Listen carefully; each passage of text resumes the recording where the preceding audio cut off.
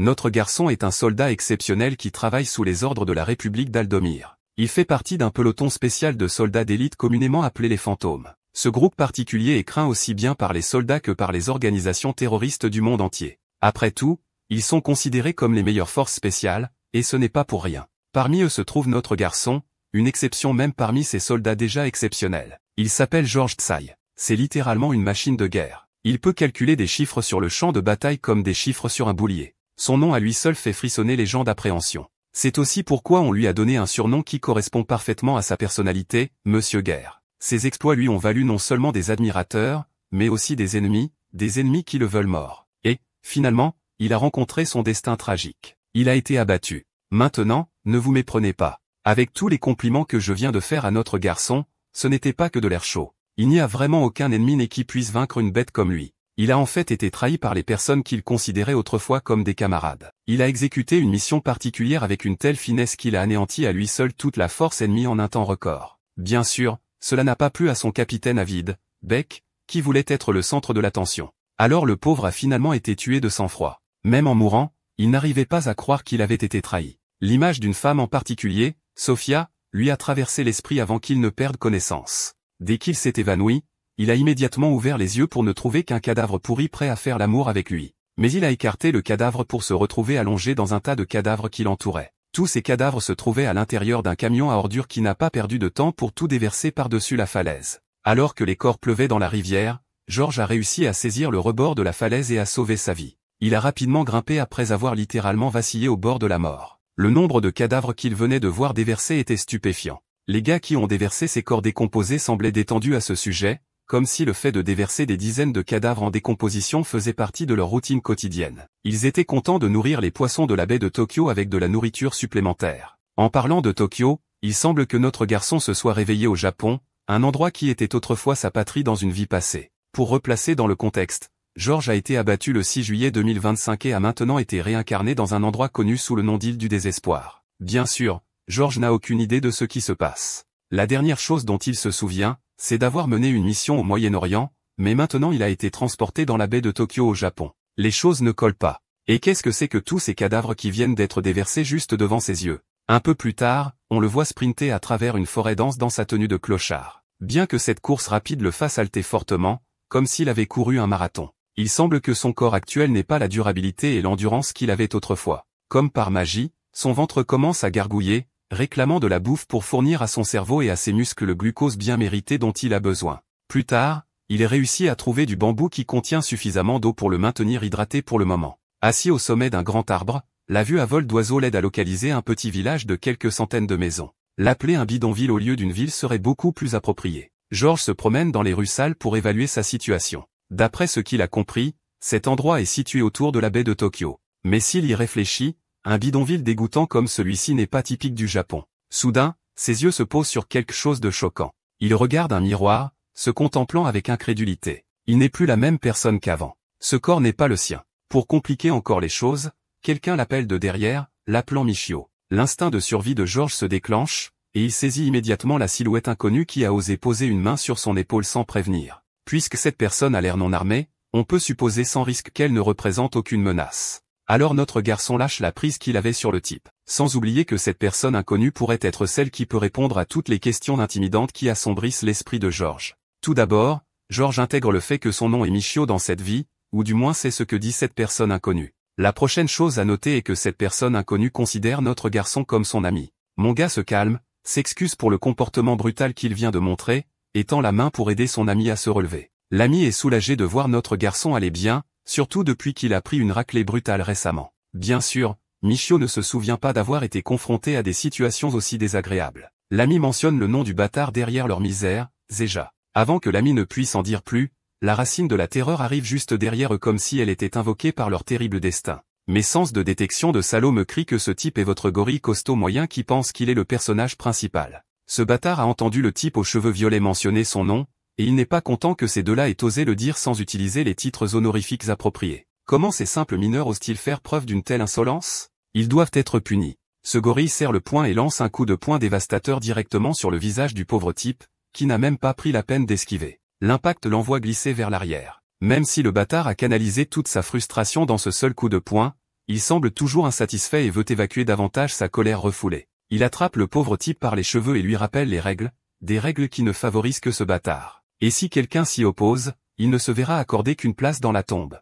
Incapable d'en supporter davantage, l'ami minable reporte tout sur Michio, affirmant que c'est notre garçon qui a appelé le gorille négligemment sans titres honorifiques. D'une manière ou d'une autre, cet ami minable réussit à convaincre le gorille qui est maintenant sur le point de faire de Michio sa prochaine cible. Il arrache le type maigre et confronte notre garçon. Il exprime sa surprise de voir notre garçon debout d'une seule pièce car il ne s'attendait pas à ce qu'il survive, du moins pas après la raclée qu'il a reçue la dernière fois. Mon gars reste indifférent, peu importe à quel point ce gorille peut paraître agressif. Il est tellement inexpressif que même le gorille ne peut s'empêcher de le remarquer, et cela ne fait que tenter ce bâtard de battre encore plus notre garçon. Il fait craquer ses doigts en faisant cet entraînement de pré-baston. Même alors, mon gars reste cool comme un concombre. Aucune appréhension sur son visage. Finalement, l'ego du bâtard prend le dessus, et il lance un coup de poing à notre gars qui laisse simplement le coup passer juste devant lui. Ce bâtard n'est que des muscles avec à peine un cerveau derrière ce coup. En fait, Michio peut dire que ce type n'est qu'un amateur qui ne sait pas ce qu'il fait. Habituellement, mon gars s'abstient de se battre avec des civils. Mais puisqu'il est attaqué, il doit faire quelque chose pour garder sa maîtrise de soi. Frère appuie sur l'interrupteur et passe d'un adolescent normal au prochain Mike Tyson.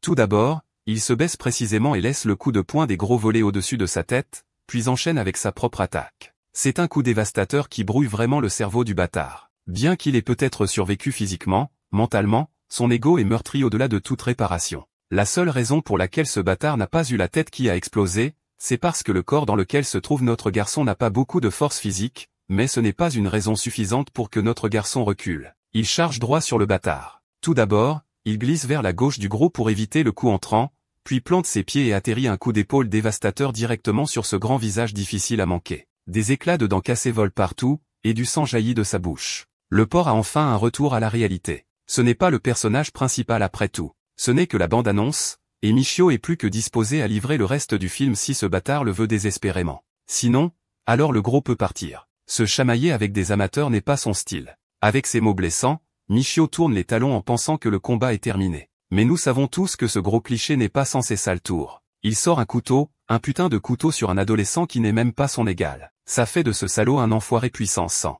Il se précipite sur notre gars, essayant de lui prendre la vie avec ce poignard pointu à la main. Michio a peut-être perdu son ancien corps, mais il n'a pas perdu son étincelle. Il sent l'attaque arriver. Avant qu'il ne puisse réagir, un gamin lui donne un coup de tête pour l'écarter et prend la trajectoire du poignard. Michio rencontre à nouveau le poignard avec agilité et le dévie. Après avoir verrouillé les mains du salaud, il lance des regards mortels plus tranchants que le couteau lui-même. Puisque ce gros lard a sorti une arme, cela signifie clairement qu'il est prêt à tuer ou à être tué. Alors mon gars est plus que prêt à réaliser le souhait du maniaque suicidaire. Il frappe le salaud au-dessus de sa clavicule, et après l'avoir fait trébucher, il écrase le salaud qui a la taille d'un éléphant. Le gamin qui a tout risqué reste bouche bée, incapable de comprendre ce que Michio vient de faire. Mais nous savons tous que c'est très réel. Ces cris d'agonie qui s'échappent du gros cul du larron sont la preuve vivante. Il n'a même pas la chance de se rétablir avant que mon gars ne soit prêt à lancer un autre coup de poing dévastateur. Voilà. Le dernier coup de poing balistique destiné à envoyer ce salaud au-delà des cieux. Le gamin regarde avec admiration mon gars rétracter son poing ensanglanté. Le salaud a peut-être été rendu inconscient, mais ce n'était pas suffisant pour faire exploser sa tête en morceaux. Mon gars avait l'intention d'envoyer ce type directement au funérarium, mais son corps faible l'a une fois de plus retenu. Les dégâts sont négligeables par rapport à ce dont il était capable dans le passé. Il est donc grand temps qu'il commence à travailler sur ce corps de merde pour atteindre le sommet de son ancienne puissance. N'oublions pas ce gamin en arrière-plan qui se tient là avec des yeux émerveillés. Il n'a littéralement aucune idée du moment où le Michio faible qu'il connaissait s'est transformé en ce macho. Le gamin veut des réponses tout de suite. Michio décide d'être un peu honnête. Il prétend avoir de l'amnésie, c'est pourquoi il ne se souvient de personne, y compris ce gamin. Le gamin révèle que son nom est Kyo, le gars qui habite la porte à côté. Michio commence simplement à passer devant le corps de cochon, affirmant n'avoir aucun souvenir de quelqu'un nommé Kyo. Le petit gamin est plutôt agacé d'entendre ça. Ils forment un duo tellement fou, alors comment Michio peut-il oublier leur lien commun? Le cochon pendant ce temps est au sol. Son interrupteur a finalement basculé, sa tête atteignant littéralement le point d'ébullition. Pendant ce temps, notre duo traverse les rues sales des bidonvilles. Le gamin est absolument fasciné par la séquence de combat que mon gars a sorti contre ce gros oppressif. Il est tellement inspiré. Il veut apprendre quelques mouvements. Michio hausse les épaules à tout ce que dit Kyo et exprime son désir d'en savoir plus sur cette île. Le gamin explique alors que l'endroit où ils vivent est une île de déchets industriels flottant dans la baie de Tokyo, essentiellement un empire d'ordures grouillant de saleté et de négligence. On dirait que c'est la première fois que Michio entend parler d'un endroit comme celui-ci existant au Japon. Ici, les hommes sont obligés de vendre leurs âmes et leurs esprits tandis que les femmes et les enfants survivent en vendant des choses ou en fouillant dans les ordures, et le concept de sécurité n'existe même pas. Appeler cet endroit un cloaque serait généreux. C'est une terre de saleté purulente où le progrès va mourir. Michio se creuse la tête et se dit que des bidonvilles comme ceux-ci n'existent que dans les régions déchirées par la guerre, voire pire. En marchant, il tombe sur une boulangerie qui vend de la diarrhée. Je veux dire, de la nourriture à peine comestible. Même ainsi, le petit a tellement envie de goûter à ce pain rassis qu'il commence à baver. Le commerçant essaie de chasser ce gamin fauché, ce qui ne fait que blesser l'ego du petit. Qui a donné à ce salaud le droit de juger les autres? C'est alors que mon gars sort un billet de banque et le dépose sur le comptoir. Le commerçant est assez étonné de voir autant d'argent venant d'un adolescent qui ressemble à un clochard. Keo, quant à lui, est ravi d'avoir le morceau de pain. Il est vraiment aux anges. Bien qu'il soit curieux de savoir d'où il a tiré ce genre d'argent, le garçon prétend l'avoir ramassé lors de son récent combat. Bien qu'il ne soit pas fier de voler des morts, chaque centime compte dans un endroit comme celui-ci, et la survie prime sur la morale. Bien sûr, en l'entendant parler comme ça, Kyo voit clairement que ce n'est pas le Michio dont il se souvient. Quelque temps plus tard, ils arrivent chez le gamin. À l'intérieur, la mère du gamin est allongée sur le lit, apparemment faible et malade. Le gamin joyeux est heureux d'annoncer qu'ils vont faire un festin ce soir avec le pain qu'il a reçu. La mère ressemble à une feuille séchée. Son état raconte clairement l'histoire sombre qu'elle est mal nourrie. Même ainsi, la mère est plus préoccupée par son petit et veut que le gamin mange le pain. Le garçon attentionné assure à sa mère attentionnée qu'il est déjà bien nourri, donc tout cela est pour qu'elle le mange. Quand la mère insiste, le petit la rassure à nouveau et lui dit d'aller de l'avant et de le manger. Un sourire se répand sur le visage de notre garçon en voyant un moment si sincère, mais bientôt des ennuis suivent. Michio fait de son mieux pour ouvrir la porte d'entrée, mais elle semble bloquée. Le feu a commencé à se propager dans la maison, et s'ils ne s'échappent pas, ils seront le repas parfait pour Mère Nature. Leur berceau a été incendié par des mineurs travaillant sous le commandement de ce même cochon qui semble vouloir encore plus de coups comme si un round ne suffisait pas. Il pense que le monde tourne autour de lui et ne restera pas inactif tant qu'il n'aura pas obtenu sa revanche. La pauvre mère et son fils sont piégés à l'intérieur du berceau tandis que le feu se propage plus vite que les parents boomers qui transfèrent des théories du complot WhatsApp. Pendant ce temps, notre garçon fait de son mieux pour déchiqueter la porte et sauter de l'autre côté. Mais peu importe à quel point il pousse, tous les efforts échouent. Ses instincts de soldat crient que c'est une embuscade élaborée. L'ennemi a scellé la porte de l'extérieur. Il y a au moins 8 ou 9 attaquants qui attendent là-bas. Ils regardent autour de la maison, lançant des regards pour trouver quelque chose qui puisse être utilisé comme une arme de fortune. Finalement, ses yeux se fixent sur une poche qui semble contenir quelque chose. Attrapant la poche, mon gars se précipite et fait exploser la porte d'un seul coup de pied. Même les gars qui renforcent la porte sont éjectés comme des sacs poubelles. La seule chose qui attend notre garçon à l'extérieur est ce salaud crasseux avec ses acolytes crasseux. Tout le groupe glousse comme des hyènes, voyant leur proie sortir pour se faire tuer. Le gros cul ordonne à ses soldats tapettes de l'entourer de tous les côtés, et ses ouvriers obéissent à leur maître. Ils entourent complètement notre garçon tandis que le feu derrière lui garantit qu'il est complètement piégé. La seule voie à suivre maintenant est de combattre ces salauds. Il n'est certainement pas en phase avec ce gros cul qui n'a toujours pas retenu la leçon. Le salaud répond avec un sourire narquois, pensant qu'il est couvert. Mais en réalité, nous savons tous qui va se faire botter le cul. Il est là pour punir notre garçon pour l'ego qu'il a meurtri, et la seule punition appropriée pour cette infraction est une condamnation à mort. Très bien alors. Mon gars est une fois de plus prêt à faire évaporer le dernier morceau de dignité de ce cochon et à lui apprendre à quel point il a vraiment tort. Le duo mère et fils est en arrière-plan luttant pour respirer alors que la fumée âcre pénètre dans leurs poumons. Le gamin appelle son ami, Michio, qui répond et leur fait signe de courir dès qu'ils en ont la chance. La bataille commence avec l'un des sacs de frappe courant droit vers sa perte. Le salaud pense qu'avoir une arme à la main signifie automatiquement une victoire contre un adversaire non armé, mais il est loin de se douter. Il n'a pas vu ce sac de pierre frapper sa tête assez fort pour le faire tomber pour de bon. Les spectateurs, ainsi que ce gros lard, restent la gueule ouverte. C'est en fait la même poche que Michio a volée avant de quitter le berceau. À l'aide de la poche, il a fabriqué une arme de fortune à partir de tissus et de petites pierres. C'est l'une des techniques que mon gars appelle blackjack. Ce bébé a du punch s'il est utilisé correctement. Une fois lancée, elle peut facilement fracasser un crâne. Ça a l'air d'une arme facile à faire, mais c'est mortel. Les autres voyous ne savent pas dans quel pétrin ils sont et chargent l'adversaire sans réfléchir. Mais mon gars traverse les ennemis, les décimant un par un avec son arme. Un parfait fracasseur de crâne si vous voulez mon avis, comme notre gars l'avait promis. Toute la confiance que ce salaud avait s'est évaporée. Avec tous les hommes dépoussiérés et décimés, mon gars se dirige vers le dernier biscuit qu'il doit craquer. Dans un moment de vie ou de mort, le pauvre gars se lance, défiant notre gars et courant droit sur lui. S'il doit mourir, autant essayer. Mon gars balance son sac de pierre et détruit la main du salaud en miettes. Tout ce que cette sale chialeuse peut faire, c'est se lamenter comme si elle venait de se faire enculer. Le poignard qu'il tenait autrefois d'une manière menaçante gît maintenant sur le sol. Le grand homme est finalement à genoux, grâce à un gamin qui n'a même pas la moitié de son âge, et c'est exactement pourquoi cette défaite est si humiliante. Mon gars est prêt à porter le coup final pour achever ce type pour de bon, mais le grand type se transforme en une masse pleurnicharde, suppliant d'être épargné. Toutes les supplications tombent à l'eau quand Michio balance à nouveau son sac de pierre, prêt à en finir avec lui. Heureusement pour le salaud, ce petit garçon se précipite et arrête Michio avant qu'il ne puisse faire ce qu'il allait faire. Le gamin supplie, débitant des conneries moralisatrices sur le fait que tuer n'est pas éthique, comme si notre gars ne le savait pas déjà. Mais Michio n'écoute pas les blablas du gamin. Il continue de le balancer dans tous les sens pour prendre de l'élan. La masse pleurnicharde commence à courir pour sauver sa vie tandis que mon gars continue de faire tourner ce sac. Avec suffisamment d'élan accumulé, il dirige habilement toute l'inertie vers ce salaud. Heureusement, ce coup dévastateur rate sa cible et fait tomber un arbre à proximité. C'est dingue que le mec ait littéralement abattu un arbre avec ce coup explosif. Maintenant, imaginez ce qui aurait pu arriver au gros cul si le coup avait atterri. J'ai vraiment envie de voir son cul voler en éclats. Même mon gars espérait la même chose, et maintenant il est déçu d'avoir raté. La masse pleurnicharde réussit finalement à s'enfuir avec sa vie. Le gamin pousse enfin un soupir de soulagement. Quelque part dans un entrepôt louche sous la nuit éclairée par la lune, on voit ce gros cul nommé Zaha rencontrer son patron. Il est en train de lécher des bottes, suppliant de tuer Michio, qualifiant cet adolescent de monstre derrière la décimation de leurs hommes. Finalement, il réussit à gagner la faveur de son patron, au grand bonheur de Zeja, mais il n'a jamais vu ce coup de poing venir de son propre patron qui a transformé son visage en un gâchis sanglant. Le patron est furieux d'entendre que ce gros cul s'est fait battre par un simple mineur esclave. C'est une offense qu'il ne peut tolérer, et ce gros lard doit être puni. Et la punition sera du niveau de l'exécution. Le gros lard commence à pleurer, sachant pertinemment ce qui va arriver. Le patron continue de pleuvoir des coups de poing, ses poings lassés de coups de poing américains. Après avoir transformé le visage du pauvre type en un gâchis méconnaissable, il s'arrête finalement. Son chien de compagnie goûte également au sang de la dernière victime de son maître. Je dis que le gros lard est la dernière victime parce que le patron a déjà jeté son dévolu sur notre gars, et nous savons tous comment ça va finir. Plus tard, on revient à la maison délabrée qui appartient à Michio, où le gamin et sa mère malade passent la nuit. Le gamin ressent tout le poids de la situation. Tellement d'efforts qu'il a mis dans la construction de cet endroit,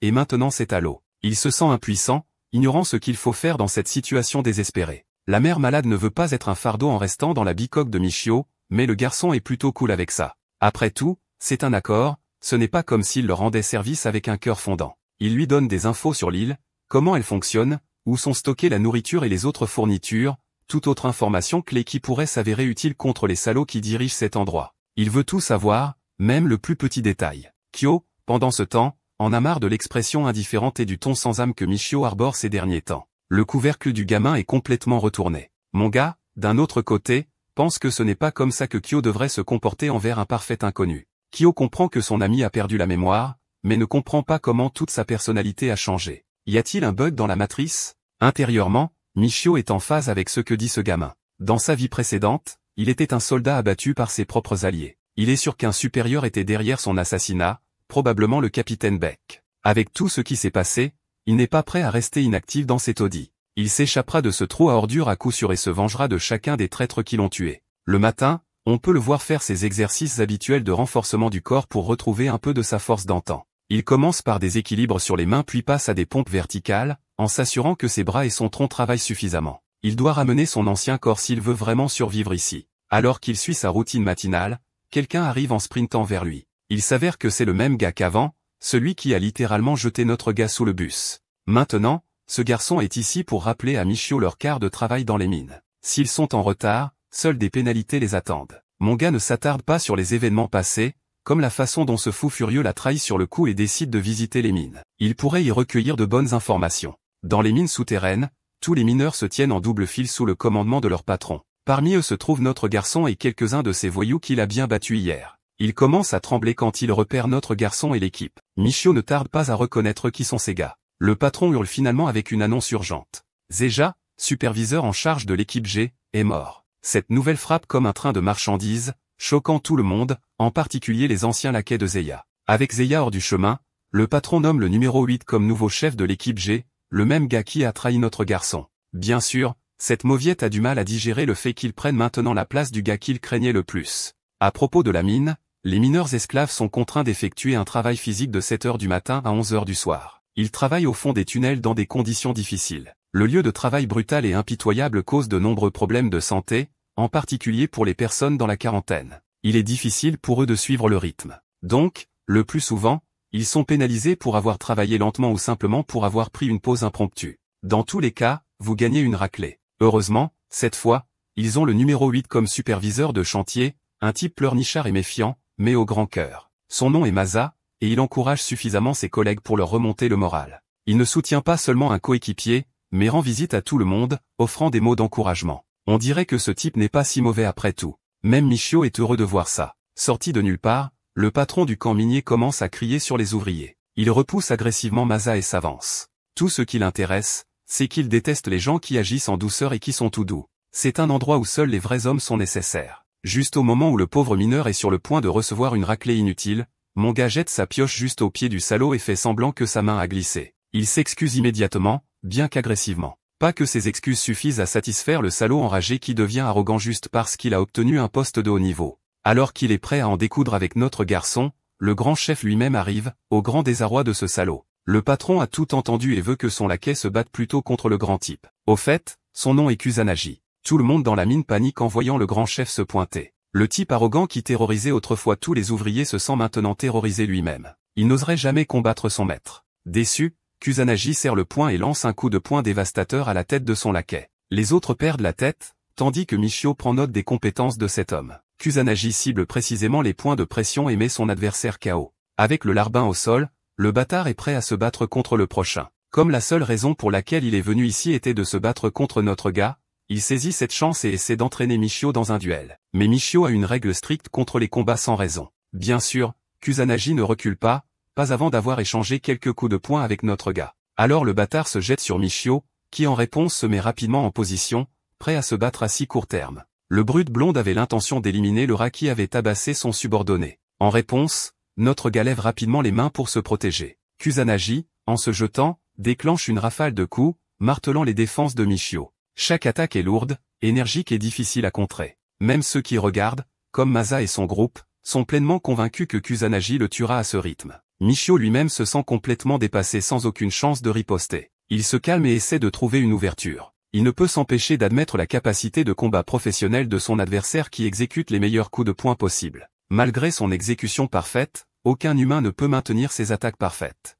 Les larges mouvements de Kusanagi l'exposent à une frappe de représailles. Profitant de cela, notre gars esquive rapidement l'attaque et frappe le visage du bâtard avec un coup de poing puissant. Le groupe de Masa est sans voix, incapable de croire que leur ami a réellement connecté une attaque contre le visage de Kusanagi. Mais les choses étaient trop belles pour être vraies car même après avoir exploité l'ouverture, le coup de poing de notre gars n'a pas réussi à se connecter. Le putain de blond l'a attrapé, et il est réellement impressionné de rencontrer un adversaire qui peut tenir tête. Le mec veut continuer à se battre quand soudain une voix forte leur ordonne de se taire. À la vue du directeur Akishi, les mineurs s'agenouillent rapidement par respect. Il lui montre un respect suprême alors qu'il est ici en train d'essayer de porter l'aura des ans. Michio connaît enfin l'homme responsable de la gestion des choses sur l'île. Le directeur semble agacé par les actions de Kusanagi, estimant qu'ils continueront à perdre des esclaves s'ils continuent à les battre à mort. Il menace même de signaler la situation au marquis assoiffé de sang s'il ne s'arrête pas. La simple mention du marquis assoiffé de sang fait frissonner Kusanagi et reconsidérer ses actions. Le mec sort son côté charmant et fait comme s'il essayait d'aider en donnant quelques conseils aux mineurs. En passant, Akechi l'enfonce dans le sol, rappelant à la brute que tout ce qu'il sait faire, c'est donner des coups de poing. Les choses qui nécessitent réellement un QI à température ambiante le dépassent de loin. La remarque le met en colère au plus profond de lui-même, mais ce n'est pas comme s'il pouvait frapper son propre putain de patron, même si j'aimerais bien que cela se produise. Quant aux esclaves agenouillés, Akishi s'approche pour leur rappeler que leur travail consiste à se concentrer sur l'extraction minière au lieu de manger de la terre sur le sol. Pour lui, ce ne sont rien de plus que des humains de sous-niveau, et leur seule utilité est de continuer à extraire jusqu'au jour de leur mort. La scène passe à leur pause déjeuner. En mangeant sa nourriture, Michio est complètement déprimé à cause de son goût froid et insipide. Ses collègues redoutent le goût et sont jaloux des superviseurs qui semblent toujours avoir d'excellents repas. Les esclaves supplient pour un jour où ils pourront goûter une boîte à lunch savoureuse comme la leur. Pendant que Michio est occupé à manger, ses copains se plaignent. Étonnamment, Masa se tourne vers notre gars, lui offrant un avant-goût de l'exquis déjeuner qu'il a reçu. Puisqu'il est superviseur, il fait partie des personnes qui peuvent goûter à la joie de la bonne nourriture, et il veut la partager avec Michio. Cependant, notre gars rejette brusquement l'offre, choquant Masa au plus profond de lui-même. Personne ne refuserait une nourriture comme celle-là, mais la raison pour laquelle notre gars a refusé est en fait liée à sa personnalité. Il n'aime pas devoir une faveur à qui que ce soit. En entendant cela, Masa décide de s'asseoir juste à côté de lui, expliquant qu'il ne s'agit pas de devoir une faveur à quelqu'un, mais plutôt de sa façon de s'excuser. Tu te souviens quand Zéa le battait? Il a blâmé Michio et l'a accusé de l'acte. C'est pourquoi c'est sa façon de se racheter, et il ne peut pas continuer à penser qu'il a trahi quelqu'un. Réalisant que Masa est en fait un bon gars, notre gars sourit et décide de jouer le jeu. Il prend un morceau de poulet et le met dans sa bouche, pensant que cela devrait compenser un mensonge. Mais c'est aussi loin qu'il est prêt à aller avec le déjeuner de Masa. Et pendant que Masa est occupé à admirer les actions de Michio, ses amis chiens se jettent sur lui par derrière, le suppliant de prendre le repas après le refus de notre gars. Décidant d'abandonner, Masa en partage un morceau avec les deux, montrant sa considération pour ces hommes. Leur pause est courte car un supérieur arrive et leur rugit dessus pour avoir trop profité. Il leur ordonne de retourner rapidement à leur poste et de continuer à travailler. Vivant une journée de travail normale, Michio réalise que ses esclaves ne valent pratiquement rien aux yeux de leurs supérieurs. Ils font une quantité incroyable de travail sans nourriture ni pauses appropriées. Les effets d'un horaire aussi rigoureux se font sentir lorsqu'un des hommes s'effondre, ayant atteint sa limite. Un Masa inquiet s'approche rapidement pour vérifier son état, espérant aider l'homme, mais c'est alors qu'un de ses supérieurs arrive, lui ordonnant de s'écarter. Puis il donne un coup de pied au corps de l'homme, le retournant pour vérifier son pouls. Malheureusement, le résultat est froid et impitoyable. L'homme est mort, et sans même lui offrir une prière, le supérieur rugit au groupe G d'abandonner rapidement leurs camarades tombés au combat. C'est la vie que vivent ces gars. Le corps de Masa tremble alors qu'il pleure de vraies larmes pour un humain tombé. Il ne veut pas que Michio se brûle à mort comme ce type. Mais à quoi bon ces conseils? Les gestionnaires s'en fichaient et forçaient toujours les mineurs à subir un travail physique intense. C'est exact. Pas même la mort de leur propre coéquipier ne peut leur permettre de reprendre leur souffle. Michio prend conscience de la réalité. C'est le seul endroit sur Terre où la vie humaine vaut moins que les ordures. Enfin,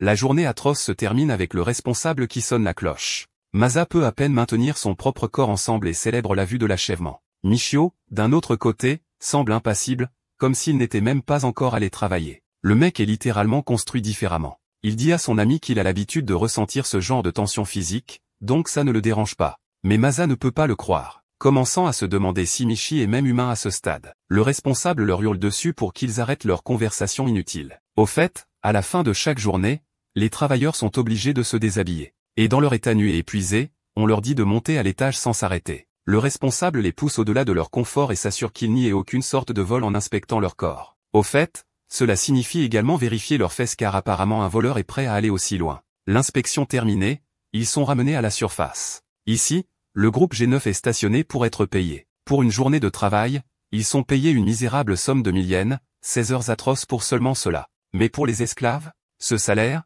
c'est comme avoir $1 million sur leur compte bancaire. Un gars agit de façon très louche avec ça. J'ai peur qu'il n'épouse le billet. Michio est dégoûté et choqué par l'état de ces esclaves qui prennent beaucoup de plaisir dans des conditions aussi désagréables. Soudain, les esclaves éprouvent un vrai bonheur alors que Michio ne comprend pas leur réaction. Ils rebondissent comme des idiots à la vue du lieu de vente Smiley. La vendeuse est une belle jeune femme qui est là pour leur vendre une réduction forfaitaire de 20% pour apprécier leur travail acharné. Bien sûr, notre gars ne savait même pas qu'une journée d'appréciation de l'exploitation minière existait, mais il est plutôt stupéfait de voir tous ses collègues courir comme des animaux juste pour obtenir leur vente. Le même gars qu'avant commande une bière et un paquet de chips, réduisant son salaire d'un tiers. Mais pas seulement ça, il succombe aussi à sa cupidité et prend une collation de calmar. Tout comme lui, le reste des esclaves commence à devenir fous, ce qui amène la dame à leur dire de se taire. Les esclaves s'enivrent rapidement de bière, éprouvant une joie rare qu'ils ne pourraient jamais ressentir autrement. Alors que certains essaient de s'abstenir de dépenser tout leur argent, il y a aussi des gens qui dépensent la totalité de la somme en une seule journée.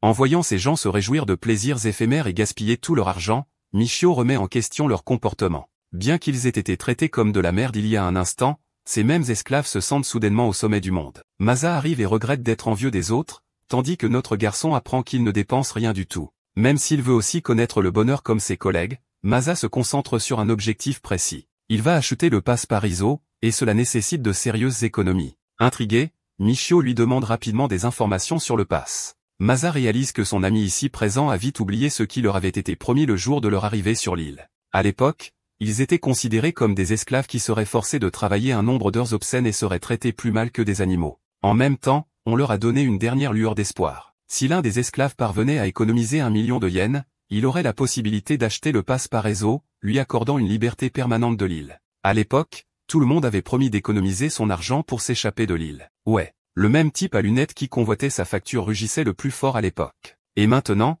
c'est un idiot qui se noie dans ses plaisirs, ayant gaspillé tout son argent. Masa est la seule personne parmi eux qui est restée résolue sur ses objectifs. Il a déclaré à l'époque que, peu importe la façon dont il est ballotté, il ne dépensera jamais un seul yen. Waouh! Ce type doit beaucoup écouter David Gauguin. Quoi qu'il en soit, les pièces commencent à s'assembler dans l'esprit de Michio. Vous voyez, bien qu'il soit au pire endroit de la planète, la raison pour laquelle il n'y a pas de soulèvement des esclaves est qu'on leur donne deux rêves impossibles. Le premier est le rêve d'espoir, qui est le passe-pariso, quelque chose qu'ils n'atteindront probablement jamais. Le second est le rêve de se livrer au plaisir, quelque chose qui les occupera toujours. Les administrateurs de cette île comprennent parfaitement le concept psychologique de noyer quelqu'un dans le plaisir. C'est un processus si bien conçu qu'il dégoûte notre garçon au plus profond de lui-même. Alors il sort le billet de sa poche et s'approche de Masa, lui demandant combien d'argent il lui faut encore pour le pass. Bien sûr, c'est une question tellement délicate que Masa craint d'avoir des ennuis s'il la révèle. Cependant, Michio est sérieux dans ses intentions et assure au type qu'il ne veut pas divulguer d'informations.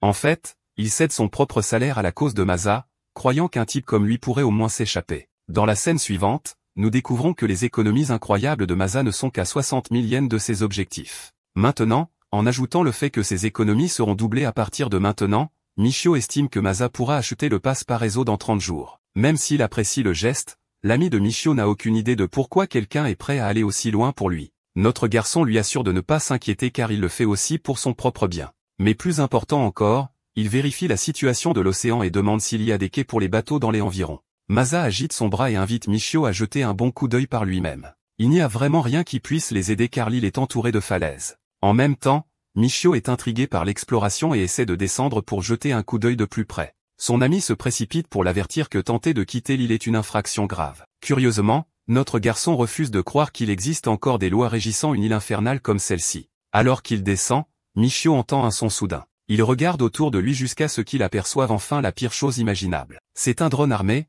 et pas n'importe quel drone. Cette chose est de qualité militaire du plus haut calibre. Rapidement, Michio essaie de remonter pendant que son ami ne comprend pas pourquoi un drone est apparu de nulle part. Au moment où Michio remonte, il rugit sur Masa pour qu'il se mette à courir. L'idiot a des doutes, mais une balle lui effleure le visage, lui faisant réaliser que notre garçon ne plaisante vraiment pas. Tous les deux se mettent à courir comme si leur vie en dépendait. Masa crie à plein poumon tandis que notre garçon lui dit, hilarant, de se taire. Le drone tire un barrage de balles, mais à la manière typique du personnage principal, elles manquent toutes leurs cibles. Michio jette un coup d'œil au drone et identifie rapidement son modèle exact comme étant le SG Nemesis version 1. Cette machine se fixe sur une cible en mouvement et ne s'arrête pas tant que la cible n'est pas exécutée. La chose n'arrêtera pas de vous chasser même si vous avez volé la Bugatti d'Andrew Tate et que vous vous êtes enfui avec. Surnommé le poursuivant fou, ce drone est une telle machine à tuer qu'il a fait trembler de peur les soldats endurcis sur le champ de bataille. Notre garçon réalise qu'ils ne peuvent pas continuer à courir éternellement, alors il change de direction et conduit le drone dans une impasse. Même Masa pense que c'est une mauvaise idée, mais le mieux qu'il puisse faire pour le moment est de s'en remettre au plan de Michio. Sprintant à toute vitesse, il force le drone à les suivre en changeant également de direction et en se dirigeant vers la forêt épaisse. Grâce à ses capacités de suivi divines, il les rattrape en un rien de temps tandis que Michio se débat pour aider Masa à suivre le rythme. Malheureusement, tout le monde n'a pas son endurance surhumaine, surtout pas s'il vient de terminer sa journée de travail de 16 heures. La situation est plus tendue que jamais. Il commence à fatiguer, et à ce rythme, l'une des balles les abattra. Mais une idée lui vient à l'esprit. Michio voit une petite souris innocente sur une branche et se dit que c'est leur billet pour tromper la mort. Sans perdre de temps, il équipe la souris dans son inventaire et commence à foncer. Il demande à Masa d'arrêter de bouger dès que son compte à rebours est terminé. Aussi épuisé qu'il soit, Masa pense que c'est une terrible idée de s'arrêter devant une machine qui va laisser plus de trous dans leur corps qu'ils ne peuvent en compter. Ignorant Masa, notre garçon lance son compte à rebours alors qu'il continue de courir. Le drone continue de faire pleuvoir un barrage de balles contre eux jusqu'à ce que finalement,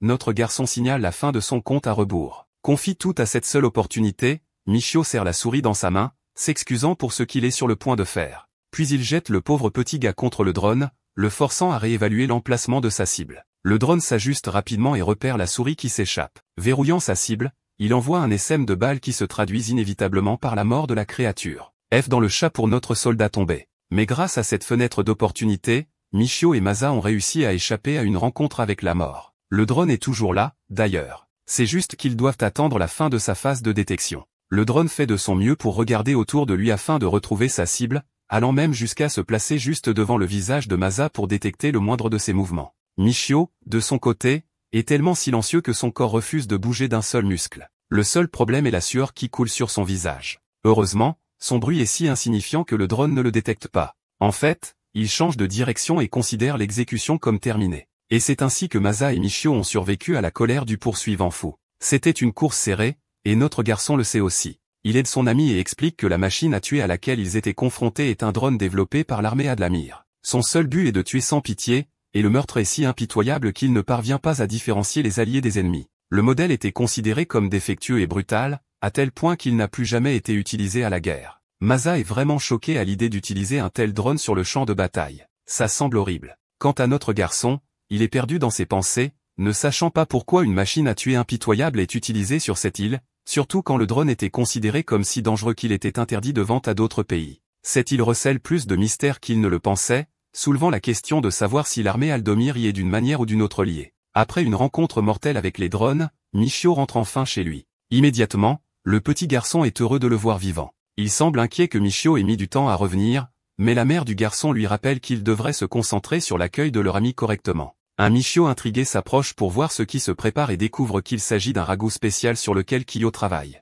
Eh bien, d'après ce qu'on voit, on peut difficilement appeler ça un plat de spécialité. Mais au choc de Michio, le garçon décrit ce repas comme une gâterie de luxe à cause des restes qu'ils ont reçus. Oui, restés, oui, de luxe. Cela ne fait que dépeindre à quel point la vie de ces esclaves est misérable. Sans plus tarder, il est temps de creuser et de tester les compétences de Midget Gordon Ramsay. Michio prend une cuillerée dans sa bouche, pensant que ce sera un repas savoureux et délicieux, mais on peut difficilement appeler ça ainsi en regardant son visage. Il remet en question la décision de sa vie, décrivant le goût comme intensément acide et se demandant si cette merde est même propre à la consommation. Même ses rations militaires déprimantes d'avant étaient bien meilleures que cette nourriture pour chien. Voilà le truc. Même pour un repas aussi déprimant et dégoûtant, Kyo semble passer le meilleur moment de sa vie. Ouais, Michio n'arrive même pas à comprendre une telle réaction. On dirait que le gamin n'a jamais goûté quelque chose de meilleur de toute son existence. Pendant que Michio se demande pourquoi le gamin est fasciné par une telle nourriture, il apprend que les restes sont très difficiles à trouver sur cette île de merde. Finalement,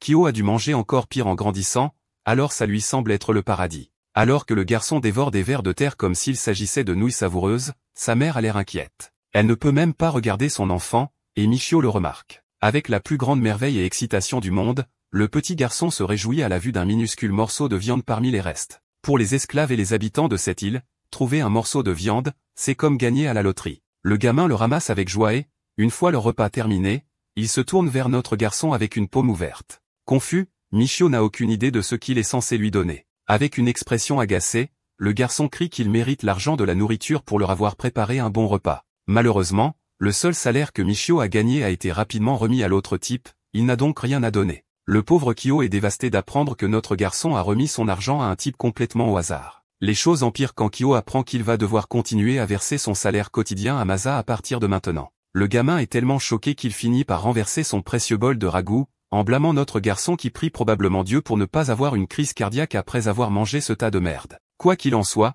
Kyo est vraiment triste que son précieux ragoût ait été gaspillé, tandis que Michio termine son repas et explique qu'il a un plan. Il demande au gamin de prendre tous les restes et de le suivre. Le gamin n'a aucune idée de ce que notre garçon lui réserve, mais il décide quand même de suivre ses conseils. Donc, dans la scène suivante, ils sont dehors dans la forêt, regardant un panier et un tas de restes. Kyo n'a aucune idée de ce que ce type va faire au milieu de la nuit. Étonnamment, Michio utilise le bol de ragoût et le renverse sur le sol. Cela ressemble à un gaspillage de nourriture précieuse aux yeux de Kyo, mais ce n'est pas le but. Vous voyez, notre garçon est intelligent. Il a l'intention d'utiliser les restes puants comme moyen de préparer un piège. Vous vous souvenez de ce panier? Il est censé servir d'encre pour attraper tout animal qui essaie de manger la nourriture. Avec le piège préparé, notre garçon est sûr qu'il devrait au moins être capable d'attraper de petits animaux avec. Bien sûr, la simple mention des rats suffit à dégoûter n'importe qui, même quelqu'un comme Kyo qui vit sur une île de merde. Voilà le truc. Michio explique que les rats d'égout sont connus pour être porteurs de maladies, mais ceux que l'on trouve dans la nature,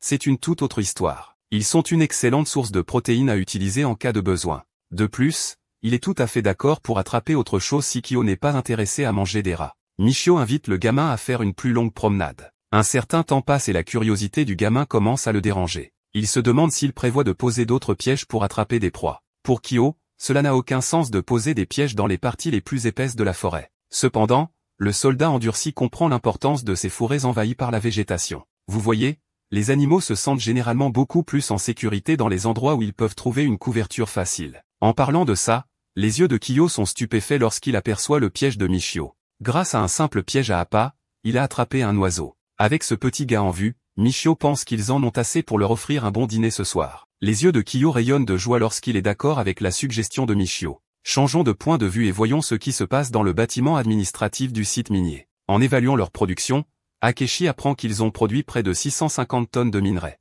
Cependant, 9 esclaves sont morts dans le processus à cause de l'épuisement. Avec autant de décès qui s'accumulent en l'espace d'une semaine, il n'est surprenant pour personne que leur malnutrition et leur état de faiblesse les rattrapent. Ueshima, le directeur adjoint du projet, prend la parole pour défendre la vie des gens. L'homme au bon cœur comprend qu'il devrait les aider davantage avec une nourriture et des temps de repos appropriés. Mais, bien sûr, étant la dégoûtante merde qu'est Takeshi, il jette les papiers en l'air pour avoir l'air cool. Le mot vie humaine le dégoûte car les gens qui vivent sur cette île ne peuvent même pas être appelés ainsi. Même si Ueshima essaie de protester, Akechi le congédie et se fout complètement que davantage de personnes meurent. Tout ce qui l'intéresse, ce sont les résultats, qui augmentent régulièrement chaque semaine. Ce bâtard avide veut augmenter son rang parmi ses pairs et grimper au sommet. Il est dégoûté à la simple pensée de rester sur une île de merde comme celle-ci. Il se fout également qu'ils finissent par éteindre la vie de chaque esclave à leur disposition tant qu'il peut en faire bon usage. Ces paroles sinistres et froides font frissonner Ueshima de choc. Malheureusement, comme il est de rang inférieur à Akechi, tout ce qu'il peut faire est d'approuver les pensées du chef.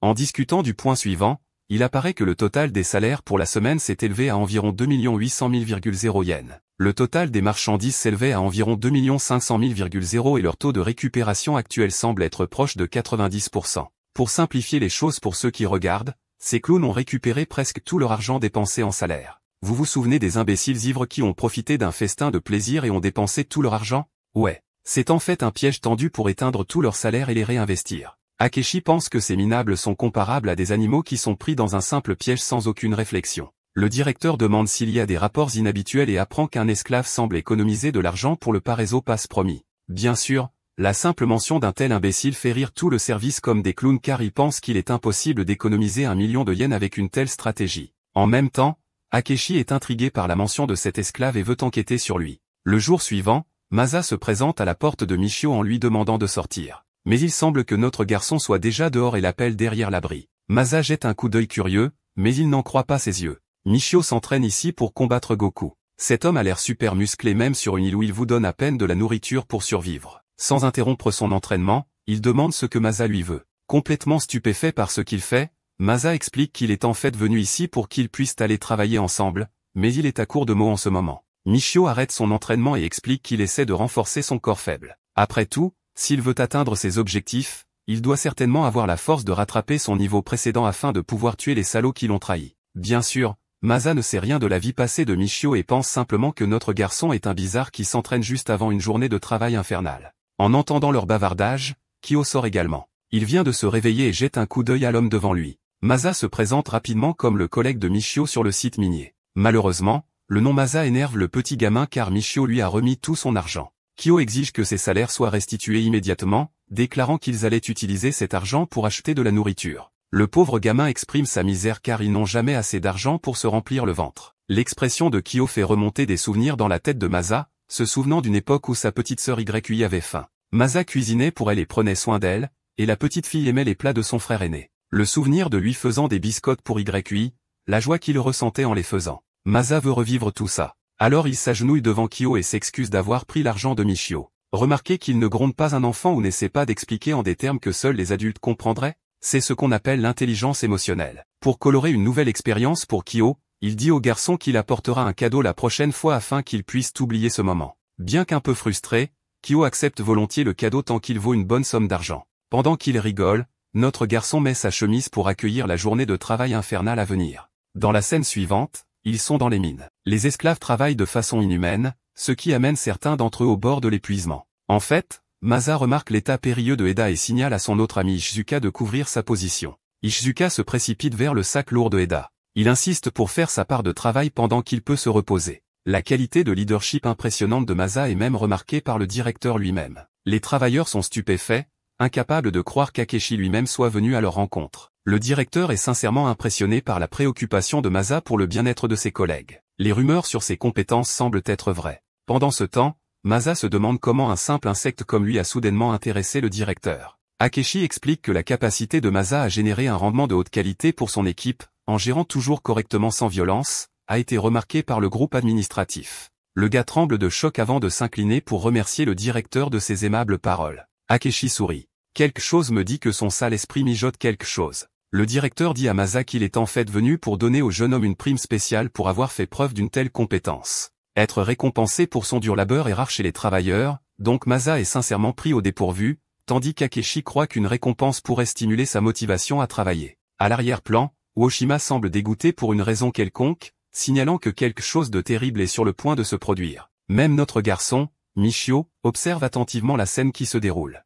Le directeur rusé explique que pour recevoir une telle récompense, il devrait parler dans un endroit sûr, car cette mine regorge de personnes malveillantes qui pourraient voler sa récompense. Et avec ces mots, il attire Masa à l'extérieur, l'implorant de les accompagner dans un endroit plus sûr. Cherchant rapidement les conseils de Michio, il dit à notre garçon qu'à ce rythme, il pourrait vraiment réaliser son rêve d'acquérir le laissez-passer pour Paraiso. Cependant, les sens de notre garçon sont en alerte maximale. Il veut que Masa reste sur ses gardes, car quelque chose dans la situation lui semble louche. Bien sûr, submergé par l'excitation de la récompense, Masa pense que tout va bien se passer, que c'est un signe de bonne chance et une bénédiction pour son dur labeur. Il se précipite donc pour rattraper le groupe d'Akeshi. Avant de partir, Kusanagi s'adresse à Michio par son nom alors qu'un sourire apparaît sur son visage. Il adresse à notre garçon un sourire malicieux, lui demandant s'il craint qu'il n'arrive quelque chose à son ami. Kusanagi finit par dire à Michio qu'ils vont utiliser la maison de Masa pour un rassemblement. Dans la scène suivante, c'est exactement ce qui finit par arriver. L'innocent ramène le groupe d'Akeshi chez lui, embarrassé d'inviter ses copains dans un taudis pareil. Le directeur rétorque et soutient qu'une pièce fermée est idéale pour leur conversation. Ouais, je commence à voir de gros signaux de mort. F dans le chat pour Masa. Quoi qu'il en soit, il les accueille rapidement à l'intérieur, s'excusant une fois de plus pour sa maison inconfortable et sale. Avec une expression pleine de joie, il dit à ses invités de se mettre à l'aise pendant qu'il prépare du thé pour que le groupe puisse en profiter. Mais c'est là que ça arrive. Le masque du cruel directeur tombe finalement alors qu'il révèle son dégoût pour cet endroit sale. Avant même que Masa puisse comprendre ce qui se passe, Akishi signale à ses hommes de fouiller chaque centimètre de sa maison. Ces hommes saccagent rapidement tout à la recherche de signes d'argent tandis que Masa est impuissant à les arrêter. Le pauvre se prend un violent coup de poing dans le ventre par Kusanagi, le laissant vomir par terre juste pour reprendre son souffle. Ensuite, un gars monte sur son dos, lui retenant les deux bras. La misère du pauvre Masa atteint un nouveau point bas alors qu'il ne parvient pas à comprendre ce qui se passe. Le Wanab Desan fait la pose cliché des lunettes et partage l'intention de Masa d'acheter le laissez-passer pour Paraiso. Le directeur veut qu'il révèle où il cache tout son précieux argent. Le pauvre ne trouve pas les mots jusqu'à ce que le brutal directeur l'attrape par les cheveux, le traitant comme un sous-homme alors qu'il lui enfonce dans la tête qu'il n'aime pas perdre de temps. L'impitoyable Akeshi lui assure que s'il ne révèle pas l'emplacement de l'argent, il perdra plus que son argent. Le pauvre Masa réalise que la connerie de la prime spéciale a été un mensonge depuis le début, tandis que le directeur se sent dégoûté par son faible QI, réduit à des larmes et à un état pathétique. Masa implore la pitié, déclarant qu'il n'a pas d'argent à son nom car il n'est qu'un esclave. Cependant, Akeshi n'aime pas perdre son temps et le gifle au sol. L'esclave refusant de coopérer, le directeur ordonne à ses hommes d'exécuter la prochaine phase de l'opération. Une pince serrée dans sa main, l'homme s'approche de Masa, sans défense, qui est terrifié pour sa vie. L'homme enfonce l'outil directement dans sa bouche, fixant sa prise sur ses incisives frontales. Miséricordieusement, l'homme commence à arracher sa dent pendant que Masa se roule de douleur et de larmes, les suppliant d'arrêter. Le directeur psychotique ignore ses cris et ordonne à ses hommes d'en finir. Le résultat, une douleur dentaire comparable à votre visite habituelle chez le dentiste. Du sang jaillit de sa bouche alors que Masa perd la tête sous le choc et l'agonie. Le directeur rappelle à l'esclave sa position et ce qu'il a dit plus tôt. Si Masa avait simplement révélé l'emplacement, il n'aurait pas eu à endurer une telle torture. Mais ça ne s'arrête pas là. Akeshi est plus qu'heureux de recommencer si Masa refuse de parler, chaque refus entraînant la perte d'une autre partie de lui-même par l'esclave. Dans la scène suivante, nous pouvons voir les travailleurs qui viennent de terminer leur journée de travail pour une pause. Ils parlent de Masa et de la façon dont lui et le directeur ont disparu pendant longtemps. Alors que certains spéculent que le chef de l'opération a vraiment pris goût à leur ami, notre garçon n'en est pas si sûr. Il voit le directeur adjoint, Uoshima, revenir vers eux, mais avec un regard de déception et de tristesse sur lui. Curieux de savoir ce qui est arrivé à son ami, Michio demande des nouvelles de Masa. Le directeur adjoint fait de son mieux pour feindre l'ignorance, agissant comme s'il ne savait rien. Mais Michio riposte, rétorquant qu'il sait que ces types sont en train de comploter quelque chose dans les coulisses. Ueshima ne s'attendait pas à être confronté et mis sur la sellette. Mais pour la sécurité de Michio, il donne un conseil au gars. Il ne veut pas qu'il enquête plus en profondeur s'il tient à sa propre sécurité.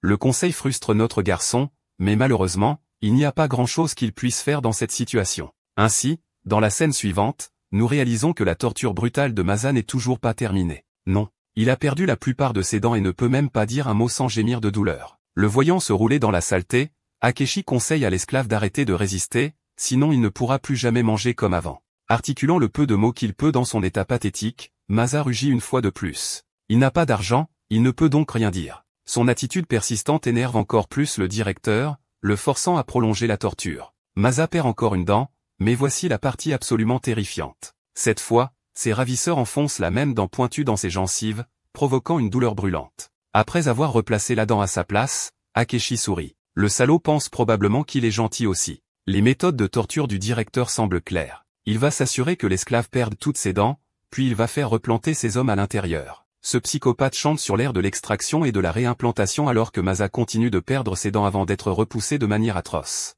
Ils ont complètement gâché sa bouche sans pitié ni intention de s'arrêter en vue. En vérité, il avait affaire aux humains les plus abominables de la planète, ceux qui prenaient grand plaisir à la souffrance des autres. La même chanson continue alors que le directeur prend une grande extase, qui est tragiquement contrastée par les cris terrifiants de Masa. Une autre séance de torture étant terminée, le directeur se demande si l'esclave a enfin décidé de changer d'avis au sujet de l'argent. Le visage de Masa repose parmi ses dents ébréchées. La seule chose qui réconforte ce jeune homme, ce sont les doux souvenirs de sa sœur. Cette liberté, cette joie, cet avenir sont la raison pour laquelle il a tenu si longtemps. En fait, il prévoit de continuer, promettant de ne jamais abandonner car Masa est prêt à tout pour quitter cette île de merde. De retour à la maison, sa petite sœur YU avait des problèmes médicaux nécessitant une intervention chirurgicale. L'opération a été un succès, mais cela a rendu sa sœur triste pour l'argent de son frère. Masa ne l'a pas laissé ressentir quoi que ce soit et lui a dit qu'il avait trouvé un nouvel emploi et qu'il allait s'assurer de gagner beaucoup pour elle. Et c'est pourquoi, bien qu'il soit au plus bas de sa vie, ayant subi une douleur insondable aux mains de ses ravisseurs, Masa refuse d'abandonner. Il ne veut pas que sa sœur soit toute seule. Je dois m'arrêter et admettre une chose. Masa vient de devenir mon personnage préféré, encore plus que Michio. Quel type incroyable. Le directeur commence à atteindre sa limite. Il n'arrive pas à croire qu'un simple esclave se bat et se comporte encore durement dans la situation dans laquelle il se trouve. En réponse, Masa ne bouge toujours pas et maintient son histoire. Il n'a pas d'argent. Akechi commence à manquer d'options jusqu'à ce que Kusanab décide qu'il serait bon d'intervenir. La première chose que fait ce crétin, c'est donner un coup de pied à ses propres hommes. Même le directeur est choqué par le geste soudain de Kusanagi. La brute blonde pense que leurs tactiques actuelles les font échouer et qu'il est temps de changer de stratégie. Avant même qu'Akechi puisse demander ce qu'il veut, Kusanagi attrape l'esclave gémissant et admet qu'il est en fait assez fier de l'esprit de Masa. Aussi fier qu'il puisse être, cet homme invente rapidement un MKR 9000 et le lui envoie directement dans les tripes, brisant littéralement ses côtes. Crachant du sang dans une autre vague de douleur inimaginable, Masa se traîne pour reprendre son souffle. Le blond est une fois de plus impressionné et pense que les personnes qui refusent de parler même après une raclée sont les plus agréables à torturer. Alors, en gros, cet homme se fait plaisir tout en détruisant la persévérance de Masa. Il arme un autre coup de poing, le même coup de poing qui est capable de briser un os à chaque impact. L'esclave torturé décrit cette situation dans son esprit, pensant que les coups de poing de Kusanagi sont encore plus douloureux que la torture de l'extraction des dents qu'il a endurée toute la journée. Prenant grand plaisir à le frapper, Kusanagi se prépare à le frapper à nouveau. Si cette attaque atteint sa tête, même Masa sait qu'il pourrait ne pas y survivre. Ses dernières pensées sont une fois de plus les précieux souvenirs de sa sœur qui se soucie vraiment que son frère revienne vivant. Le coup de poing qui fauche l'âme frappe le corps de Masa, tandis qu'Akechi apprécie le spectacle, commentant que toutes ces misères pourraient cesser s'il commençait à parler. La raclée brutale continue. Kusanagi le détruit devant et derrière, le traitant comme un sac de frappe. La torture de Masa est liée au visage bien-aimé de sa sœur. Il est envoyé voler à chaque coup de poing et refuse toujours de parler. Le sang-froid du directeur commence à se fissurer. Il rugit à l'esclave de simplement révéler l'emplacement de cet argent de merde. Malgré tout l'enfer qu'il a enduré, Masa ne tombe toujours pas. Il maintient sa position. Il n'y a pas d'argent. Quel type. Akechi en a fini avec la torture et donne la pleine autorisation au crétin de mettre fin à sa vie. Prenant grand plaisir, le gars arme un coup de poing monstrueux alors que la scène se coupe. Pendant que cela se produit, Michio fonce à toute vitesse pour rattraper l'endroit de son ami, clairement inquiet après sa conversation avec le directeur adjoint. Mais quand il arrive à l'intérieur, il n'y a rien.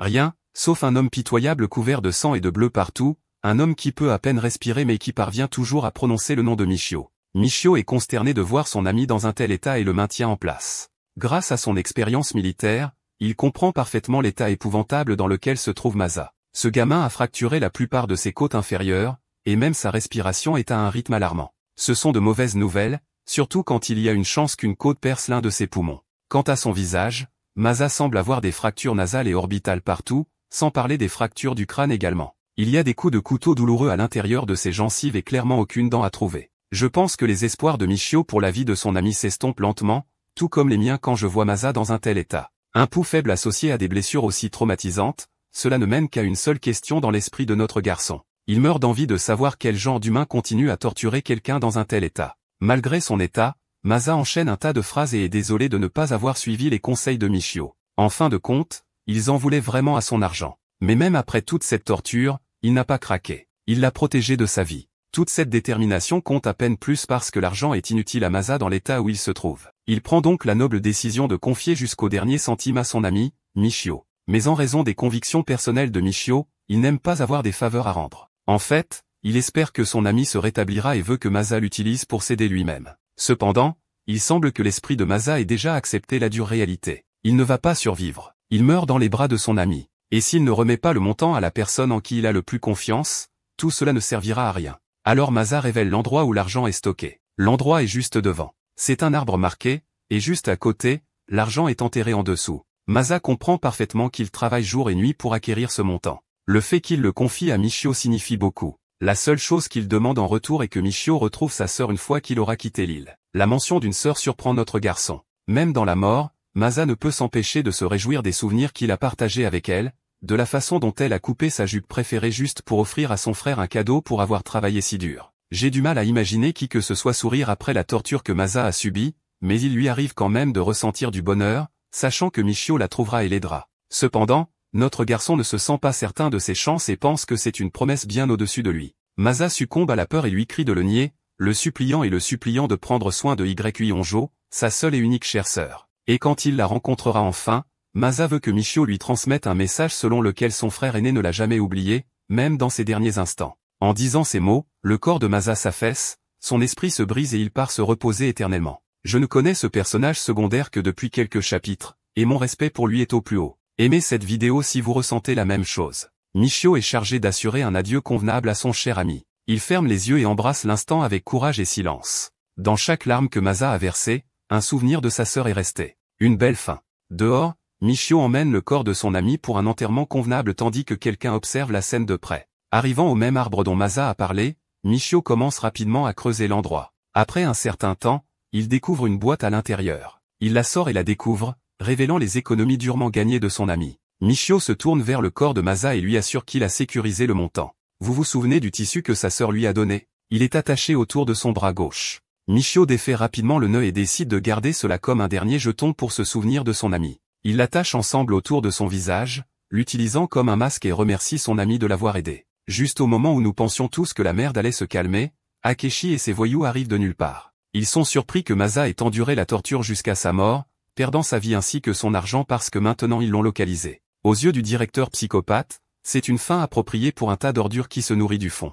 Michio le regarde simplement sans répondre, tandis qu'Akechi dit rapidement à l'esclave sans importance de rendre le montant. Notre garçon se lève et donne à ce salaud le regard de côté le plus méchant que j'ai jamais vu, refusant d'abandonner le montant. Le directeur ne voit en Michio rien de plus qu'un autre esclave stupide. Il dit à ses hommes de saisir rapidement l'argent, croyant que ce sera aussi facile que la dernière fois. 3 mecs se lancent rapidement, pensant que leur nombre leur donne l'avantage. Mais à quoi bon les nombres si vous affrontez le protagoniste? L'air cool comme un diable, Michio déclenche un premier coup de poing brutal, coupant le souffle au gars. Il ne s'arrête pas là. Manœuvrant excellemment à partir de la première attaque, il enchaîne avec un combo complet contre le deuxième gars aussi. Le troisième et dernier imbécile essaie de le surprendre avec un coup de poing, mais Michio délivre un uppercut briseur de mâchoire 9000 directement sur son visage. Les 3 hommes sont immédiatement mis à terre comme s'ils n'étaient rien de plus que des enfants. Enfin, notre garçon brise son silence, déclarant que l'argent lui a été confié par son ami. Les fonds de guerre seront utilisés pour ses propres objectifs, et si quelqu'un ose le lui voler,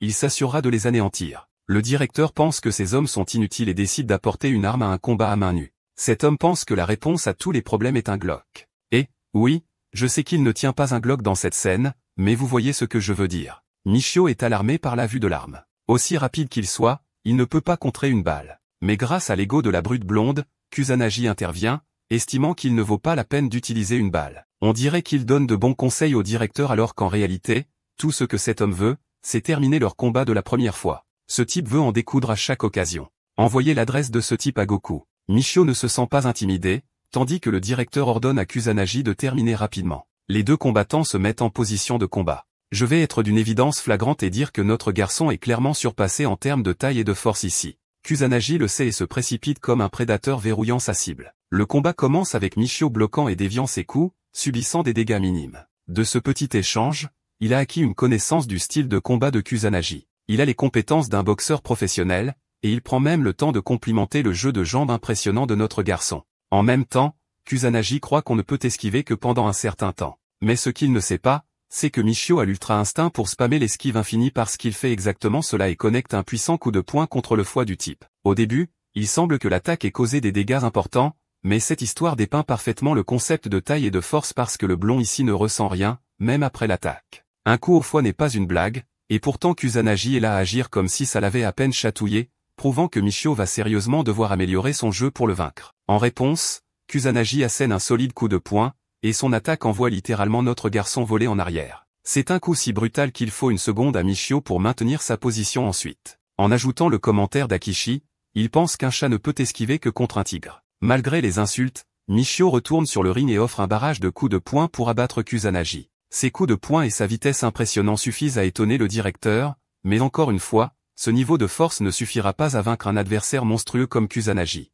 En parlant de ça, le gars prépare encore un autre coup de poing puissant, alertant notre garçon pour bloquer avec ses deux bras. La frappe se connecte et de manière assez dévastatrice, lance Michio dans les airs à nouveau. Une fois de plus, il a dû reprendre sa position, mais seulement cette fois, notre garçon se tient au bord de la falaise. S'il tombe de cette hauteur, la mort est garantie. Kusanagi se déchaîne, croyant que l'esquive ne fera pas grand-chose pour aider l'esclave, mais Michio utilise son QI de combat insensé et attend le coup de poing. Puis il laisse le coup de poing glisser juste devant lui, utilisant cette brève fenêtre pour lancer un crochet brutal contre le visage de son adversaire, anéantissant au moins 20 cellules cérébrales avec l'attaque. L'attaque se connecte et laisse vraiment Kusanagi hébété après l'impact. Son corps est peut-être robuste, mais la tête humaine ne peut endurer qu'un certain traumatisme physique. Le premier coup de poing réussi de Michio a peut-être commencé à inverser le cours de la bataille. Cependant, Kusanagi prend au contraire grand plaisir à être bousculé pour une fois. Il considère cette bataille comme un vrai combat. Tous les deux reprennent leur position de combat et se préparent glorieusement pour un autre échange.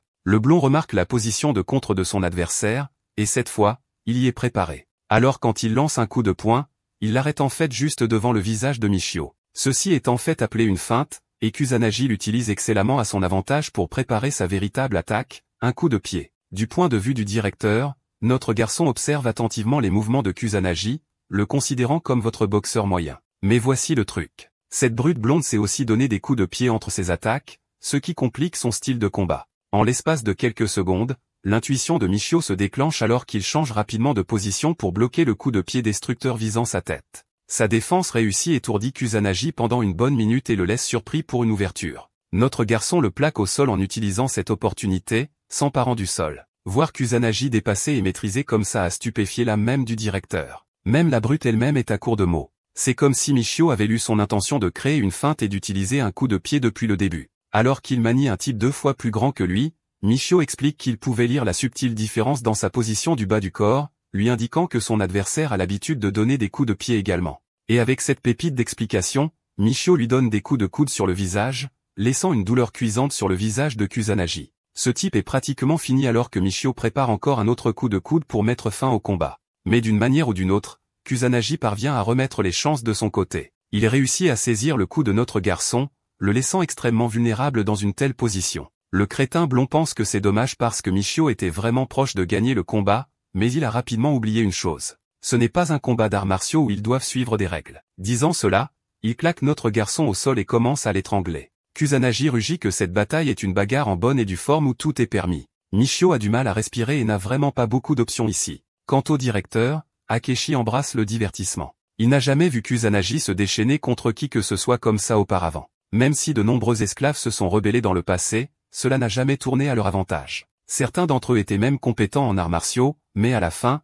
ils ont été massacrés par les mains de Kusanagi. Le truc, c'est que ce type se bat salement. C'est un bagarreur. C'est un combattant de rue, littéralement. C'est pourquoi il pense qu'il est au-dessus des artistes martiaux ordinaires qui sont bien inférieurs à son niveau. Son expérience dans les batailles passées lui donne confiance alors qu'il étrangle Michio au sol. Heureusement pour notre garçon, il applique rapidement la technique correcte et incline une frappe de la paume contre le cou de Kusanagi. De plus, il positionne sa jambe dans une position qui éloigne son adversaire d'une bonne emprise sur lui. Kusanagi commence à réaliser qu'il n'a pas affaire à un artiste martial ordinaire ici. Notre garçon lui montre rapidement qui est le patron en manœuvrant ses jambes dans une position qui verrouille le bras de Kusanagi. Et puis en utilisant la même manœuvre, Michio transfère l'élan au poids du bas de son corps, écrasant Kusanagi au sol et regagnant ses chances de victoire. La brute blonde n'a même pas la chance de traiter la situation. Michio a verrouillé son bras et le pousse vers le bas pour le maintenir en place. Comprenant la position dans laquelle il se trouve, Michio rappelle à son cher adversaire les conneries qu'il a dites plus tôt. Si c'est une vraie bagarre,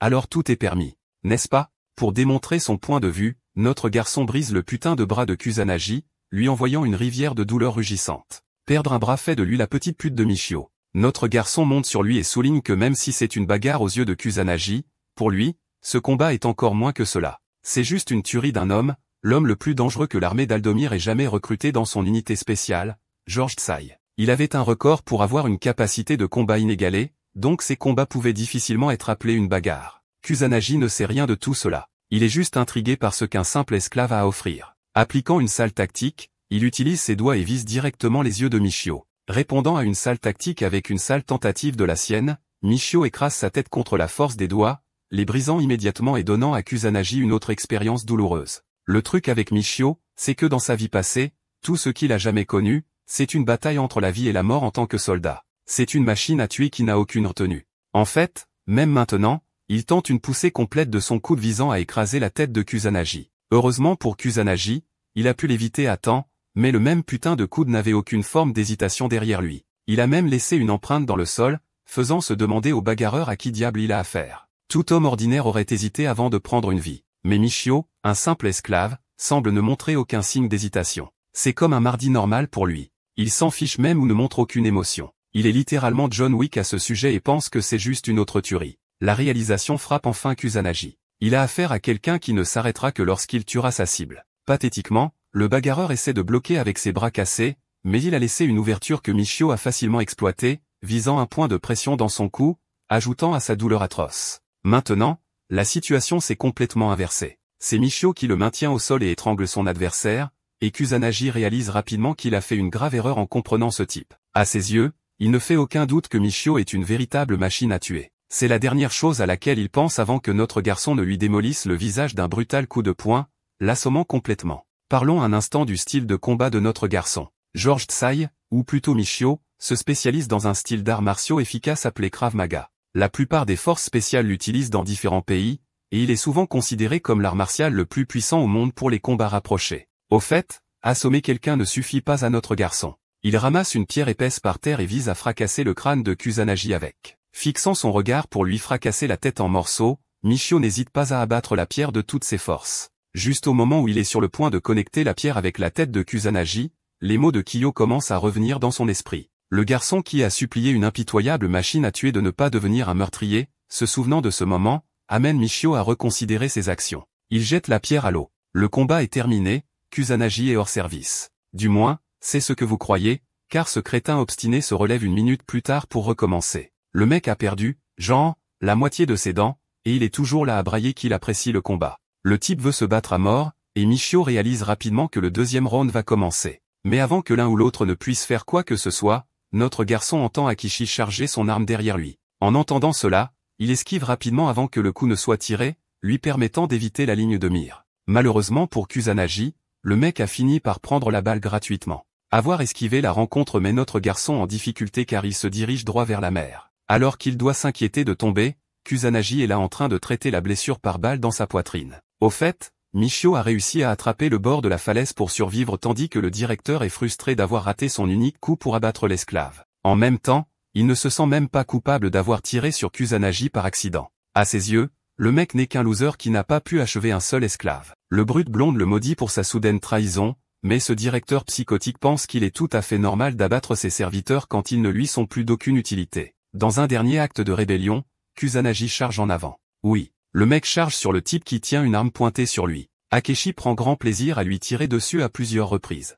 Maintenant, je ne sais pas quel genre d'armure scénaristique ce connard blond porte, mais dites-moi comment il est capable de courir avec de multiples blessures par balle. Même le directeur se dit, mais qu'est-ce qui se passe? Dans le dernier acte de rébellion de Kusanagi, il charge un puissant smash du Texas visant droit le visage laid du directeur. Akeshi sait que s'il encaisse cette attaque, il ne pourra plus se regarder dans le miroir. Il active donc son aimbot et effectue un tir propre à la tête sur Kusanagi, stoppant son saccage enflammé et mettant fin au combat. Le coup de poing ne s'est arrêté qu'à quelques centimètres du visage d'Akeshi, de sorte qu'il lui a quand même fait chier dans son pantalon. C'est juste qu'il n'a pas pu vivre la raclée physique. Le cadavre sans vie de Kusanagi s'effondre sur le sol tandis que le directeur est laissé à rire comme un maniaque. Il célèbre ce moment en donnant des coups de pied au cadavre de Kusanagi, croyant que c'est un bon débarras pour un chien fou inutile comme lui. Je ne plaisante même pas. Le mec a tellement de haine envers son cadavre qu'il ne peut pas s'empêcher de lui donner des coups de pied. Akishi rugit à ses subordonnés vaincus de se lever et de déposer un rapport immédiat. Il veut faire porter la responsabilité de la mort de Kusanagi sur Michio en l'accusant d'avoir volé une arme.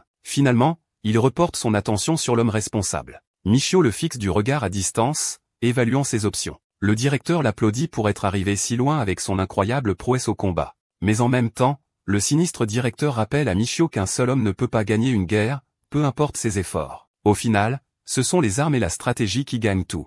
Étonnamment, Michio lève les mains en l'air comme pour dire qu'il se rend. Ce geste surprend Akechi, qui se réjouit de savoir que même un puissant combattant a peur d'être attrapé au bout d'un fusil. Michio ne dit pas un mot et maintient sa position de reddition. Le directeur ne veut pas lui épargner la vie après tout. Il vient de lui faire perdre son temps et ses précieuses balles. Avec arrogance, Akechi s'approche du type, soulignant que l'esclave a fait un mauvais choix en courant jusqu'au bord d'une falaise.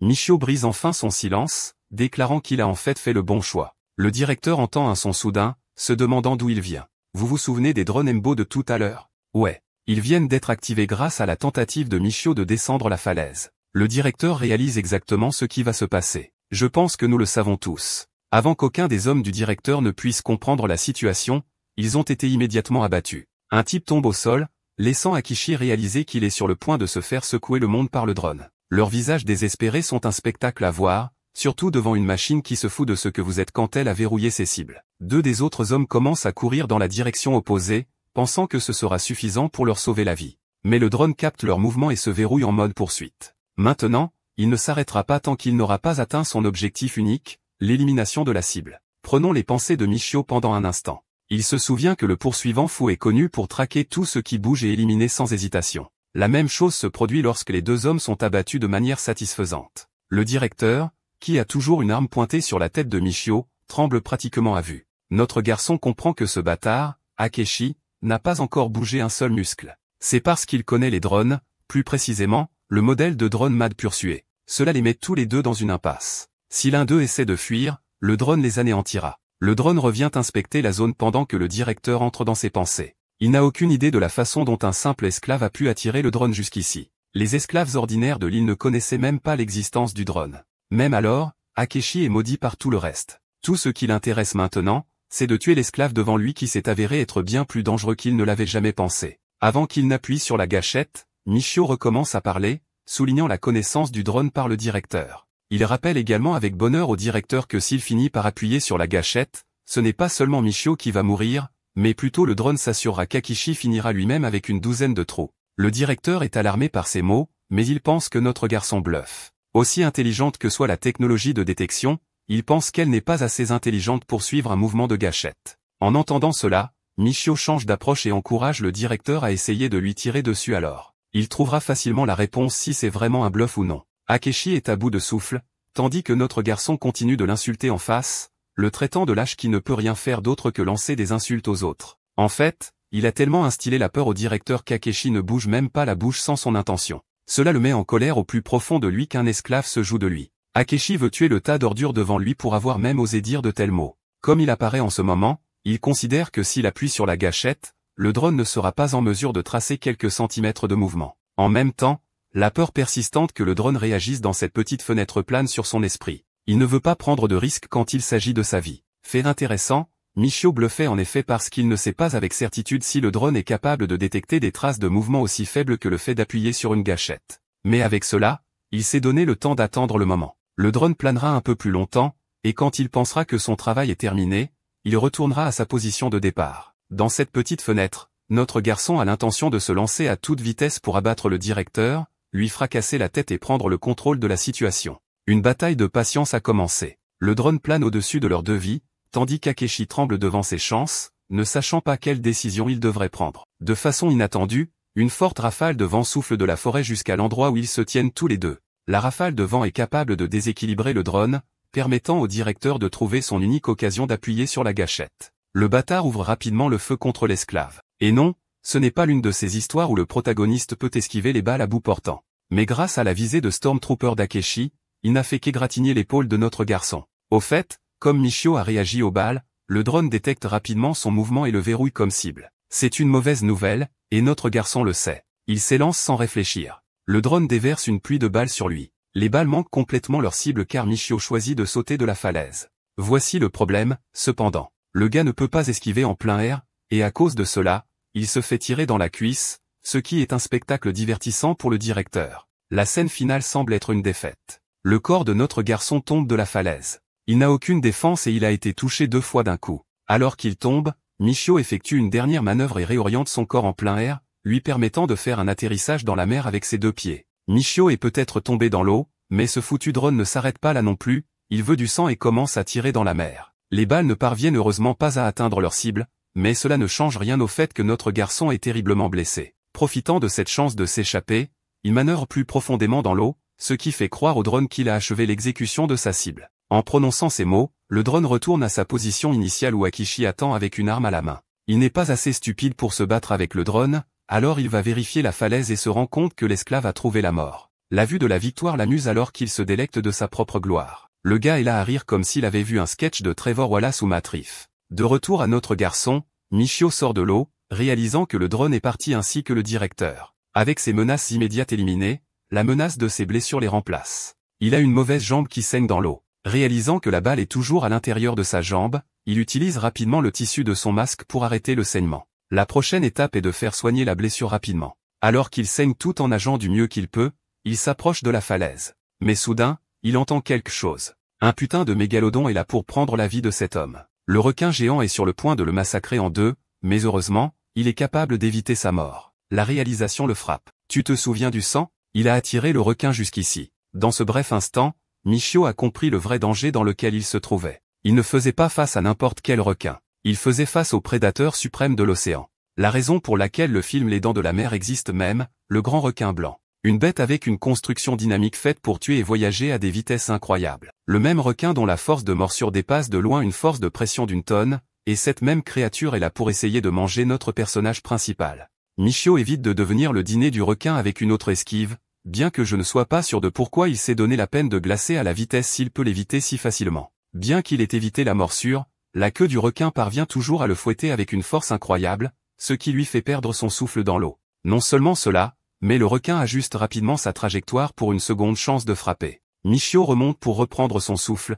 et c'est là qu'il voit une faible ombre du grand requin blanc qui grossit de plus en plus. Comprenant qu'il est sur le point d'être attaqué par le bas, Michio prend l'initiative et entre dans l'eau. Il étend ses bras à plat et commence à cultiver l'aura en pose de thé. C'est en fait une excellente stratégie de notre garçon. Vous voyez, les requins adorent tendre des embuscades à leur proie, mais dans ce cas, notre garçon montre clairement avec sa pose de thé viril qu'il a remarqué la machine à tuer l'aide de l'océan. Je n'arrive même pas à croire que je dis ça, mais cet homme a vraiment assommé le requin pendant 1 minute avec son mouvement. Dans le même temps, sa jambe qui saigne lui cause plus de problèmes, encourageant le requin à frapper. Toute la stratégie de Michio est brisée la seconde où le requin sent l'odeur de son sang. En ce moment, il est extrêmement vulnérable, mais cet homme refuse de céder. Il verrouille déjà les points vitaux du requin, réalisant que la seule chance qu'il ait ici est d'attaquer le nez vulnérable de la créature. Alors que le monstrueux requin ouvre sa mâchoire pour délivrer une morsure écrasante, l'esprit humain indomptable est déterminé à continuer à se battre. Ciblant l'organe de Lorenzini du grand requin blanc, Michio parvient à connecter un coup de poing puissant sur le nez de la créature.